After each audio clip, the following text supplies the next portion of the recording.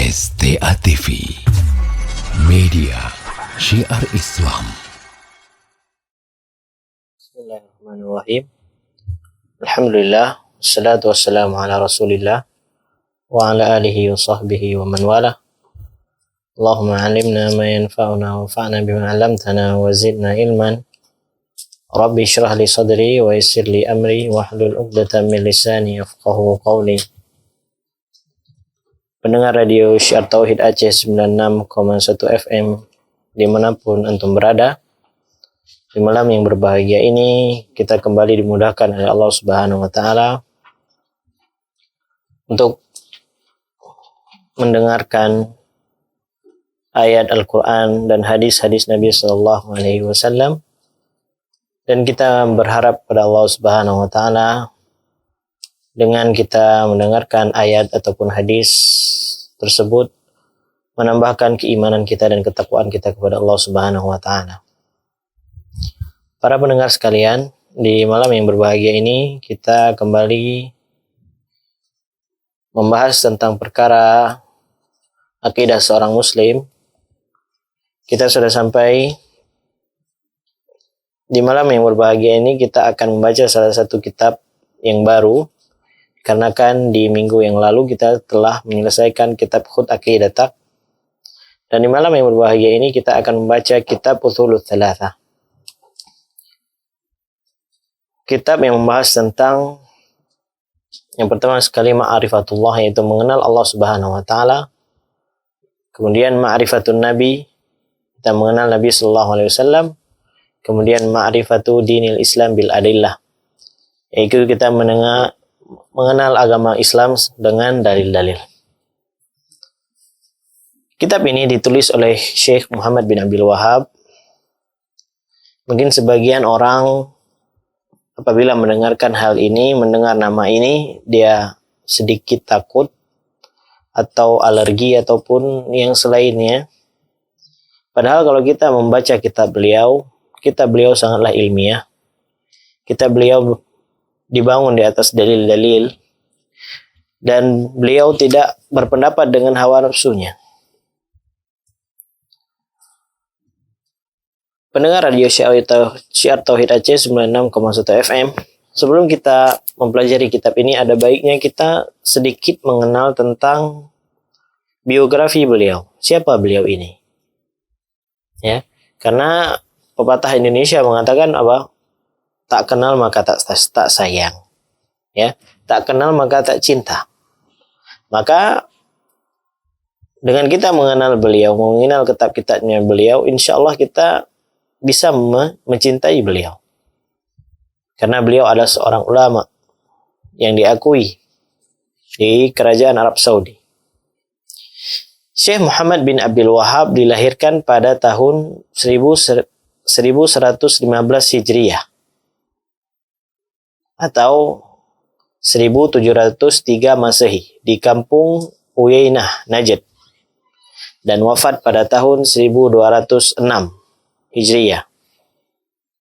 Ayah beliau adalah salah seorang ulama bermadhab Hambali yang menjabat sebagai qadhi. Ya, ayah beliau adalah seorang qadhi. Ya.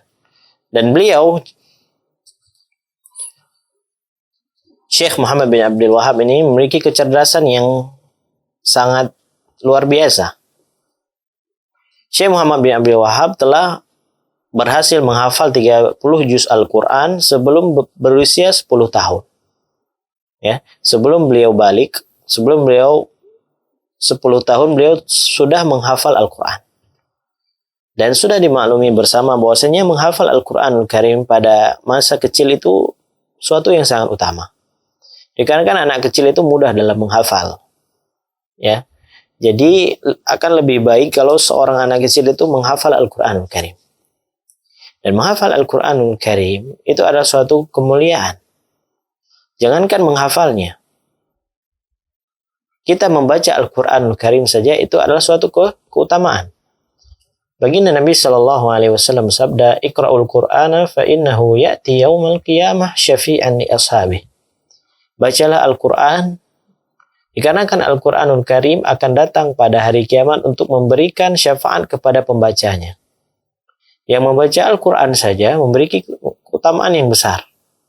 Al-Quranul Karim akan memberikan syafaat untuk menjadi sebab ya diberikannya syafaat kepada pembacanya. Maka ini adalah suatu keutamaan yang sangat besar. Dan kita membaca Al-Quranul Karim, satu huruf saja kita baca, itu bernilai pahala 10 pahala. Baginda Nabi Shallallahu Alaihi Wasallam bersabda, "Man qara'a harfan min kitabillah falahu hasanah." Barang siapa yang membaca Al-Quran, satu huruf dari Al-Quran, maka dia akan mendapat satu pahala. Wal hasanatu bi asyari amthaliha. Dan satu pahala tersebut akan dilipat gandakan sampai 10 pahala. La aqul alif lam min harfun. Kata Nabi, aku tidak mengatakan alif lam min itu satu huruf. Akan tetapi alif satu huruf, lam satu huruf, dan mim satu huruf. Ya. 3 huruf saja kita membaca, kita mendapatkan pahala 30 pahala. Coba bayangkan kalau kita mampu membaca 1 juz Al-Quran dalam sehari. Ataupun 1 lembar saja, ataupun 2 lembar. Ini memiliki pahala yang sangat besar. Nah, apalagi seseorang yang menghafal Al-Quranul Karim. Tentu ini adalah keutamaan yang sangat besar. Dan kita mengetahui bersama bahwasanya Syekh Muhammad bin Abdul Wahab ini sangat selalu dituduh dengan tuduhan yang sangat keji ya. Syekh Muhammad bin Abdul Wahab ini mengajarkan mengajarkan kepada seseorang untuk mudah mengkafirkan. Seperti kitab Nawaqidul Islam. Kitab Nawaqidul Islam, kitab pembatal-pembatal keislaman.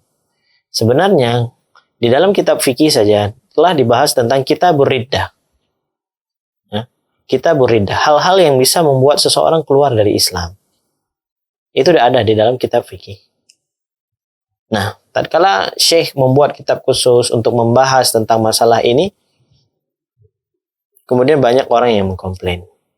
Padahal jamaah kaum muslimin dirahmati Allah Subhanahu wa taala, kita mempelajari Nawaqidul Islam, pembatal-pembatal keislaman, hal-hal yang bisa membuat kita keluar dari Islam, bukan berartian kita untuk memvonis orang lain kafir-kafir. Enggak, bukan untuk itu. Tetapi hal tersebut untuk kita mempelajari, untuk bekal ilmu kepada kita agar kita jauh dari perkara yang mengeluarkan seseorang dari Islam. Ini tujuan kita. Ulama salaf terdahulu mengatakan, aku mempelajari kejelekan bukan untuk jatuh ke dalam kejelekan tersebut. Akan tetapi hal tersebut untuk aku berhati-hati ataupun tidak jatuh ke dalam kejelekan tersebut.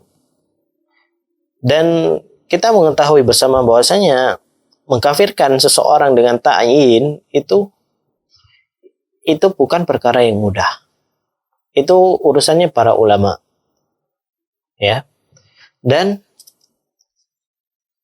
apabila seseorang melakukan, memang benar dia melakukan pembatal keislaman, kita lihat dulu. Di sana ada syurut dan mawani. Ada syarat-syaratnya. Ada penghalang-penghalangnya. Mungkin dia jahal, mungkin dia bodoh, dia tidak tahu, ataupun dia dipaksa, ataupun yang sebagainya.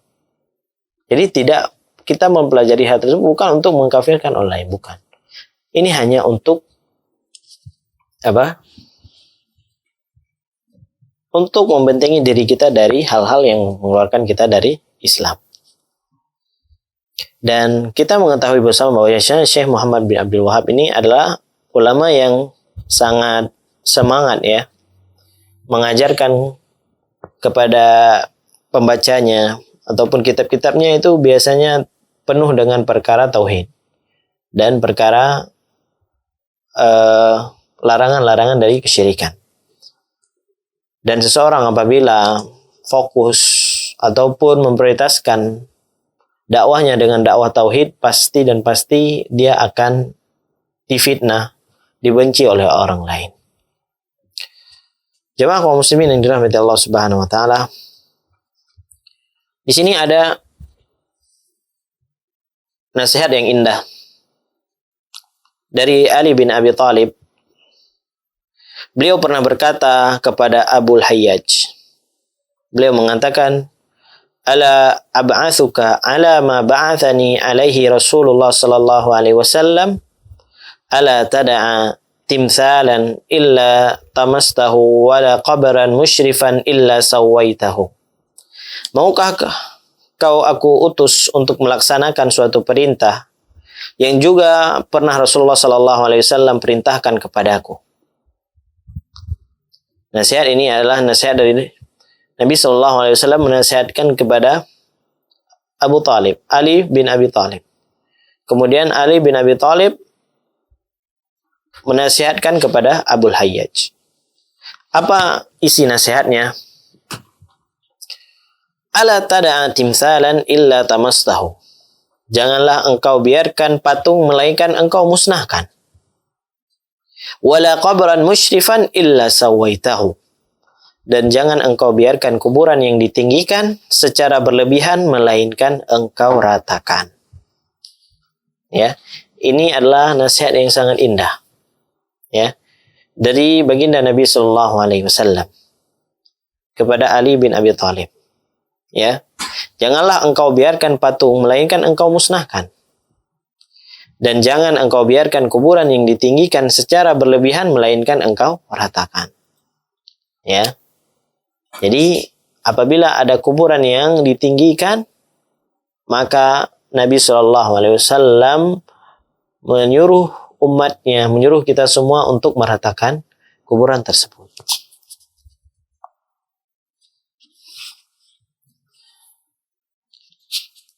Dan pendengar Radio Syar Tauhid Aceh 96,1 FM, ciri-ciri dakwah beliau Syekh Muhammad bin Abdul Wahab yaitu berlandaskan, yang pertama sekali berlandaskan dengan ilmu.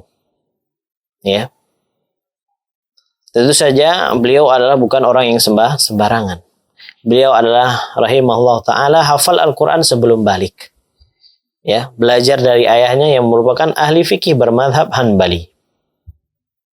Ya. Ayahnya ulama, anaknya ulama. Ini sangat jarang ya.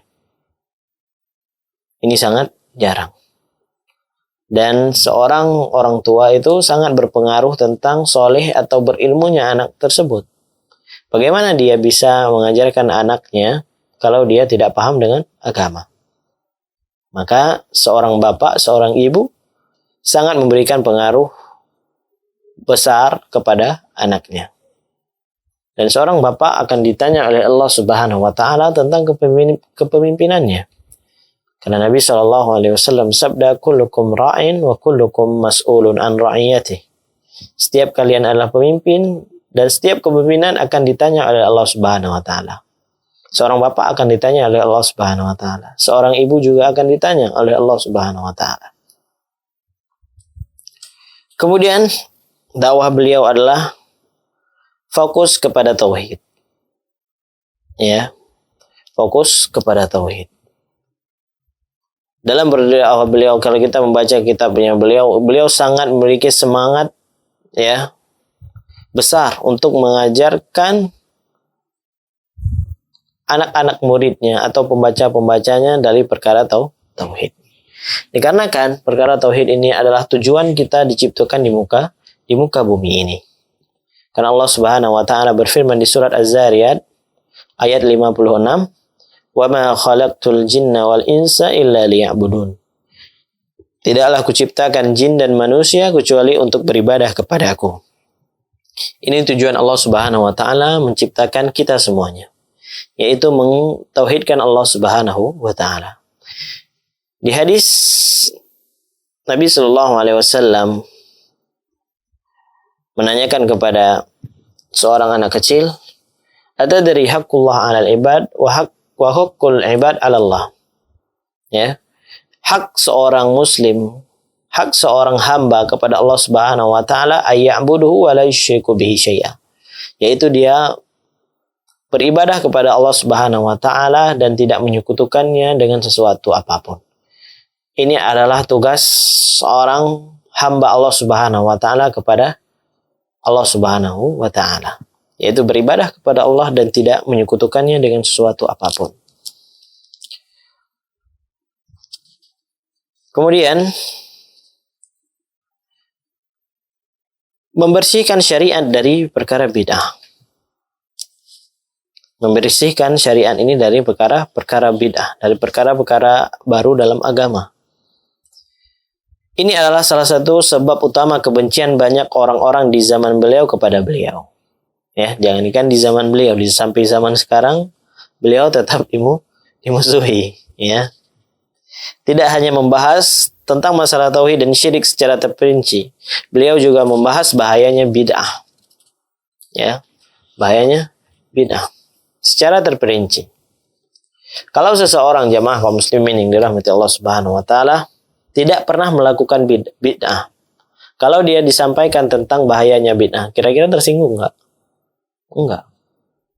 Analoginya, kalau seseorang melakukan riba, kita bawakan dalil tentang bahayanya riba, kemudian dia tersinggung. Tetapi kalau seseorang, alhamdulillah dia tidak melakukan riba, ya, kemudian dia diingatkan tentang bahayanya riba, kira-kira tersinggung nggak? Nggak bakalan. Insya Allah nggak bakalan. Tetapi dia tahu, oh dia ini takut bahaya nih. Tetapi kenapa seseorang tatkala dibacakan hadis Nabi Shallallahu Alaihi Wasallam tentang masalah bahayanya bid'ah, kemudian dia tersinggung? Ini kan ada tanda tanya besar. Ada tanda tanya besar. Kenapa harus marah? Harusnya kalau kita mau marah, jangan marah kepada Syekh Muhammad bin Abdul Wahab. Harusnya marah kepada Nabi Shallallahu Alaihi Wasallam. Karena Nabi yang mengucapkan hal tersebut. Kalau Anda merasa tidak melakukan bid'ah, harusnya tidak perlu tersinggung ataupun marah. Dan seorang mukmin tatkala dibacakan hadis dari Nabi Shallallahu Alaihi Wasallam, harusnya dia taat. Harusnya tidak taat. Tidak membenci kepada orang yang menyampaikan. Tetapi ya begitulah dakwah. Ya, begitulah dakwah. Yang dimana Nabi Shallallahu Alaihi Wasallam bersabda, "Bada al-Islamu ghariba, sayaudu ghariba kama bada fatuba lil ghuraba." Islam ini datang dalam keadaan asing, maka dia akan kembali dalam keadaan asing. Maka berbahagialah orang-orang yang dianggap asing. Tentunya asing di dalam kebenaran. Dia asing dalam al-haq. Dan kita mengetahui bersama bahwasanya ujiannya para nabi itu sangat berat. Sampai-sampai Nabi Shallallahu Alaihi Wasallam bersabda, "Asyaddun nasi bala'a al-anbiya, thumma al-amthal fal-amthal." Orang yang paling berat cobaannya adalah para nabi. Kemudian yang semisalnya, kemudian yang semisalnya. Kalau kita mencocoki Nabi Shallallahu Alaihi Wasallam, pasti kita akan dibenci. Karena kan Nabi kita dibenci di zaman dahulu. Apabila kita mengikuti Nabi Shallallahu Alaihi Wasallam dengan sebenar-benar pengikutan, ya, maka pasti kita akan dibenci. Dan semakin kita taat, semakin kita mengikuti Nabi Shallallahu Alaihi Wasallam, kita pasti akan dizalimi mungkin, dicaci mungkin. Dan cobaan kita jamaah kaum muslimin yang dirahmati Allah Subhanahu wa taala tidak ada apa-apanya. Tidak ada apa-apanya. Baginda Nabi Sallallahu Alaihi Wasallam ditumpahkan ari-ari onta, ya, ke punggungnya tatkala beliau salat. Kita mah belum ada apa-apanya. Kalau kita paling dikatain Wahabi, dikatakan apa misalnya, sesat, kafir atau apa. Hanya sekedar itu. Hanya sekadar ucapan. Dan ucapan itu tidak berefek apa? Ucapan tersebut tidak berefek kepada kita. Tetapi Nabi Shallallahu Alaihi Wasallam langsung kontak fisik, ya. Dan beliau bersabar. Beliau dilempari batu di Taif. Dan Nabi Shallallahu Alaihi Wasallam terus mendoakan orang tersebut, kaumnya. Allahumma hdi dausan fa innahum la ya'lamun. Ya Allah, berikan hidayah kepada Ad-Daus, ya, suatu kabilah, dikarenakan mereka tidak tahu. Ya, kita tujuannya mendakwakan tauhid ini agar semua orang mentauhidkan Allah Subhanahu wa taala. Hanya sekedar itu. Tidak memvonis ini salah, ini kamu sesat, ini sesat, enggak. Ya. Yang kita dakwai adalah kaum muslimin, orang-orang yang membaca Al-Qur'an, membaca hadis Nabi sallallahu alaihi wasallam. Ya, saudara-saudara kita. Ya, mungkin dia melakukan kesyirikan. Ya sudah, kita ingatkan. Namanya juga amar ma'ruf nahi munkar. Kemudian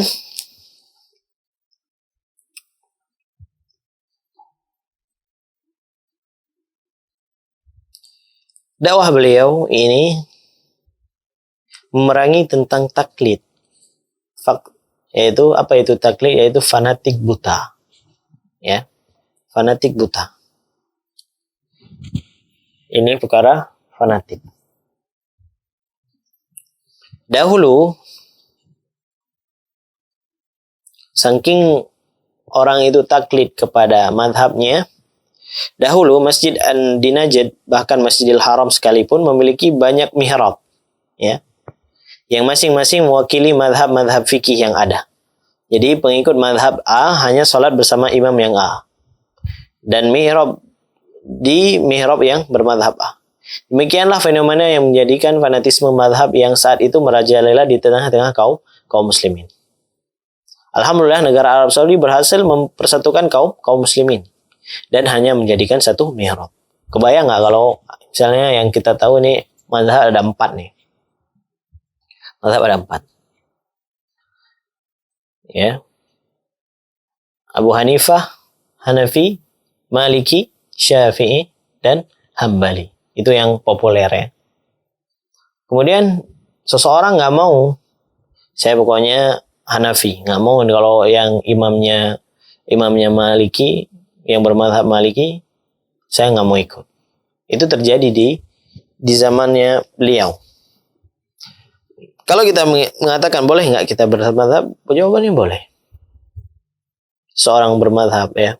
Karena madhab itu adalah metodologi. Ya, saya mau belajar fikih Syafi'i dulu.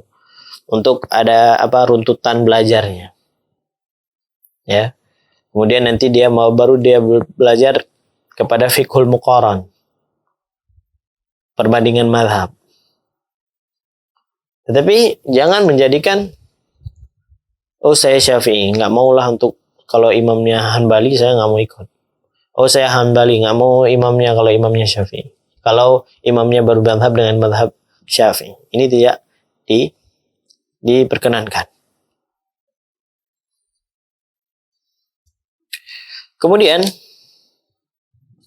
ini tentu sangat bahaya, ya, perkara seperti ini.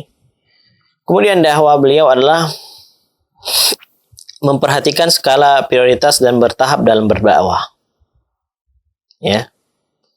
Memperhatikan skala prioritas. Apa prioritas dakwah kita? Itu tauhid. Ini namanya aja syiar tauhid. Harus kita mentauhidkan syiar kita namanya syiar tauhid. Ya. Dan semoga nama ini menjadi doa, ya. Harapan untuk kita bersama bahwasanya yang mendengarkan radio ini ataupun yang selainnya ataupun yang membencinya bisa mentauhidkan Allah Subhanahu wa taala. Dan ini tujuan kita bersama. Ya. Tujuan adanya radio ini, Radio Syiar Tauhid Aceh, tujuannya agar seluruh kaum muslimin mentauhidkan Allah Subhanahu wa taala. Amin ya rabbal alamin. Yang tidak tahu tentang kesyirikan, dia sudah tahu nantinya. Dan ini adalah kita hanya menjadi sebab saja. Kita berusaha menjadi sebab. Dan yang memberikan hidayah itu adalah Allah Subhanahu wa taala. Yang penting sekali jamaah kaum muslimin yang dirahmati Allah Subhanahu wa taala, kita jujur dalam beragama ini. Ini yang paling penting. Kita jujur dalam beragama. Kita menginginkan hidayah dari Allah Subhanahu wa taala. Kita menginginkan hidayah. Tatkala kita menginginkan hidayah, insya Allah kita akan mendapatkan hidayah. Allah Subhanahu wa taala berfirman, "Walladzina jahadu fina lanahdiyannahum subulana." Dan orang-orang yang bersungguh-sungguh di jalan kami, maka Allah akan maka kami akan tunjukkan jalan-jalan kami. Allah akan buka pintu hidayah kepada orang tersebut. Tetapi kalau dia hanya berprinsip saya yang benar, Anda yang salah, saya berprinsip saya nggak mau pindah lagi, saya adalah ini yang saya yakini, maka ini keliru. Prinsipnya seorang mukmin apabila ada dalil dia tunduk. Ya, dia tuh tunduk kepada dalil. Kemudian namanya prioritas dalam berdakwah itu perkara akidah dan tauhid. Tidak masalah seseorang kajiannya ada kajian fikih, ada kajian tazkiyatun nufus, kajian hadis, kajian tafsir, kajian Al-Qur'an, terserah. Ya. Itu perkara yang dianjurkan. Tetapi ada titik prioritas, titik tujuannya. Ya. Kalau kita hanya bahas tentang tazkiyatun nufus aja, itu insya Allah aman. Itu insya Allah bakalan aman. Kalau kita hanya membahas tentang keutamaannya bersedekah, sholat 5 waktu, sholat berjamaah, berbakti kepada orang tua, dakwahnya bagus kan? Bagus. Tetapi tidak pernah membahas tentang tauhid. Ini perlu dipertanyakan dakwahnya. Kita dakwahnya untuk siapa? Kita dakwahnya tujuannya apa? Kalau hanya membahas tentang itu, insya Allah kita mau masuk kemana aja bisa. Tetapi tatkala kita memerangi kesyirikan dan memerangi kebid'ahan, disitulah kita harus hati-hati. Ya. Dan semoga kita dikokohkan di dalam tauhid ini. Dan di antara tuduhan-tuduhan yang kepada beliau itu sangat banyak. Ya. Tuduhan-tuduhan kepada beliau itu sangat banyak. Di antaranya tuduhan kepada beliau dituduh mengaku nabi. Ya. Padahal tuduhan ini sangat tidak ada buktinya. Ternyata ini adalah tujuan yang sangat aneh. Padahal Syekh Muhammad bin Abdul Wahhab dalam berbagai karyanya menyatakan dengan jelas bahwa Muhammad SAW adalah nabi dan rasul yang terakhir. Kalau nggak baca ya udah baca sendiri. Semua kitabnya nggak ada. Beliau juga berkata dalam risalahnya kepada penduduk Qasim ketika mereka bertanya kepada beliau tentang akidah beliau, bagaimana akidah beliau? Wa uminu bi anna nabiyyana Muhammadan sallallahu alaihi wasallam khataman nabiyyin wal mursalin wa la yasihu imanu 'abdin hatta yu'mina bi risalatihi wa yashhadu bi nubuwwatihi. Aku beriman kepada bahwasanya Nabi sallallahu alaihi wasallam adalah penutup para nabi dan para rasul. Dan bahwasanya tidak sah iman seseorang hamba sampai dia beriman kepada risalah beliau dan mempersaksikan kenabian beliau. Mana berarti ini membantah bahwasanya tuduhannya orang-orang tersebut.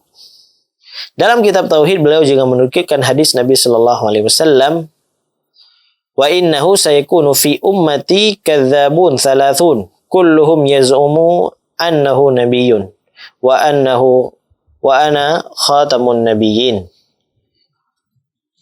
Akan muncul dari umatku 30 orang pendusta yang semuanya akan mengaku sebagai nabi. Padahal akulah penutup para nabi. Ini hadis dari Nabi sallallahu alaihi wasallam.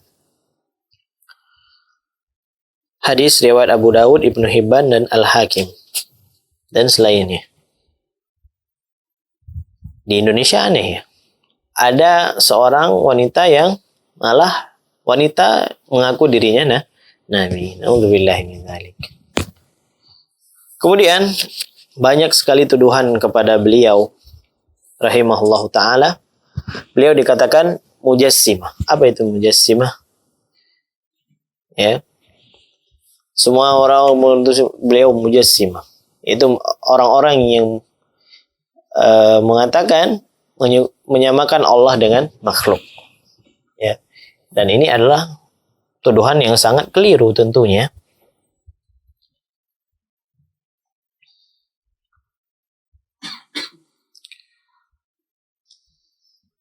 Salah seorang ulama Syiah Zaidiyah berkata, engkau Muhammad bin Abdul Wahab berkata bahwa Allah menyifati dirinya bahwa dia berada di atas langit dan beristiwa di atas arasy. Engkau menafsirkan Al-Quran dan engkau menetapkan sifat baginya, yaitu sifat fauqiyah, yang mana sifat tersebut berkonsekuensi mentasjimkan Allah Subhanahu wa Ta'ala. Ini adalah seorang yang berkata adalah ulama Syiah Zaidiyah yang mengatakan bahwasanya Syekh Muhammad bin Abdul Wahab adalah mujassimah. Dan penetapan Allah Subhanahu wa Ta'ala yaitu di atas arasy itu sesuai dengan dalil. Dan orang-orang yang menolak Allah di atas arasy yaitu orang-orang yang menyerupakan Allah dengan makhluk. Makanya mereka mentakwil perkara tersebut. Harusnya yang lebih kecil itu, harusnya yang paling parah itu orang-orang yang mengatakan Allah ada di mana-mana. Karena itu berkonsekuensi Allah ada di tempat-tempat yang tidak layak bagi Allah Subhanahu wa Ta'ala. Ya, di semak-semak. Na'udzubillah min dzalik, di WC ataupun yang selainnya.